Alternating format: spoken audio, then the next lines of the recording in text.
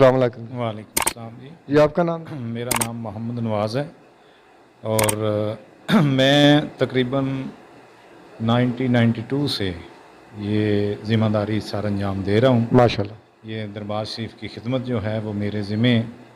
ان کی مہربانی سے مجھے بے یہ شک. فرض ادا کرنے کا سعادت حاصل ہوئی ہے، کیونکہ ہمارے جو بڑے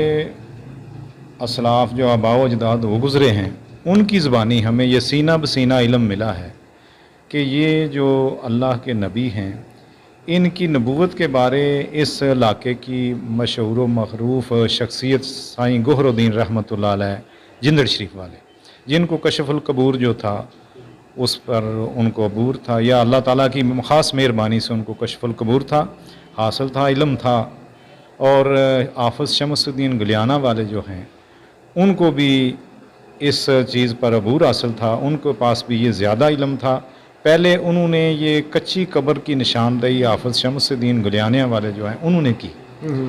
اور انہوں نے اپنی کتاب انوار الشمس کے صفحہ نمبر 235 پہ اس مزار شریف کا ذکر کیا ہے. اور اس کے علاوہ پھر جو ہمیں پتہ چلا سینہ بسینہ علم ہے، باقی تاریخ کی کتاب میں تو نہیں پڑھا. تو یہ سائیں گوہر الدین رحمۃ اللہ علیہ جو ہیں انہوں نے پہلے اپنا چلا کشی کی، داتا صاحب سے آرڈر ہوا شاہ دولہ دریائی، وہاں سے خدمت کرنے کے بعد ان کو آرڈر ہوا کہ شیخ چگانی جائیں. شیخ چگانی سے ان کے ساتھ جب یہ جاتے تھے تو مریدین کی ایک خاصی اچھی تعداد ہوتی تھی، یہ گروپ کی صورت میں ہوتے تھے. تو حضرت نوح علیہ السلام کے دربار سے جو شیخ چگانی میں واقع ہے وہاں سے واپس آ رہے تھے تو اس وقت جنگل بیابان تھا، گجگراں کے جو میرا ہے جس کو ہم کہتے ہیں ٹبا وغیرہ تھا، ٹبا وغیرہ جو ہے وہاں سے گزر رہے تھے. تو کسی نے آواز دی تو انہوں نے اپنے مریدین میں سے ایک سے کہا کہ جاؤ ان کی بات سنو، یہ کون شخص ہے. تو وہ جب نزدیک کے ان کے چہرے پر کپڑا ہی تھا، سفید چادر تھی. تو انہوں نے نا کوئی بات کی لیکن اس کو سمجھ نہیں آئی، آ کر کہنے لگا یا حضرت وہ تو کوئی اور زبان بولتے ہیں، مجھے سمجھ نہیں آئی. تو پھر آپ نے کہا کہ آپ آنکھیں بند کریں اپنے مرید سے، تو اب آنکھیں کھولو تو پھر جاؤ. پھر جب گئے تو پھر انہوں نے ساری بات جو ہے وہ بتا دی کہ میں بھی اللہ کا نبی ہوں، حضرت موسیٰ حجازی علیہ السلام میرا نام ہے، اور میرے سگے بھائی جو ہیں وہ حضرت صفدان علیہ السلام ریحان میں ہیں، اور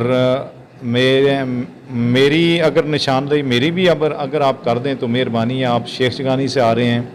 وہ بھی اللہ کے نبی ہیں، اور ہمارے بھائی حضرت صفدان علیہ السلام. تو پھر یہ ہمارے جو بڑے ہیں نا انہوں نے بتایا کہ ان کا معمول رہا ہے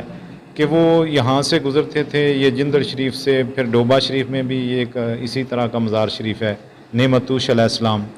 وہاں سے ہوتے، ان کے ساتھ قوال بھی ہوتے تھے. یہ ایک بات ان کے بارے سنی ہے کہ ان کی طبیعت جو ہے یہ ایسی تھی کہ یہ اپنے نزدیک نہیں آنے دیتے تھے، قوال کو، قوالی نہیں سنتے تھے. تو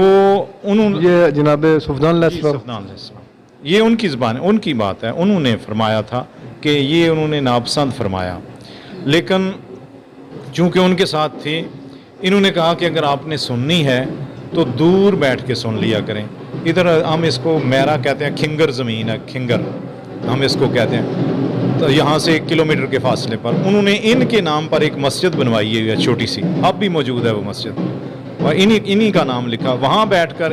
ادھر منہ کر کے وہ قوالی سنتے تھے. یعنی کہ محفل سماع وہاں ہوتی، محفل سماع وہاں ہوتی تھی اس وقت، اب نہیں ہوتی. اب اگر جو ان کے پچھلے جو ہیں نا وہ آتے ہیں تو وہ کروا لیتے ہیں، اب باقاعدہ نہیں ہوتی. جب کبھی وہ گزرے وہاں سے تو وہ کرواتے ہیں. تو پھر یہ بات بہت لمبی ہے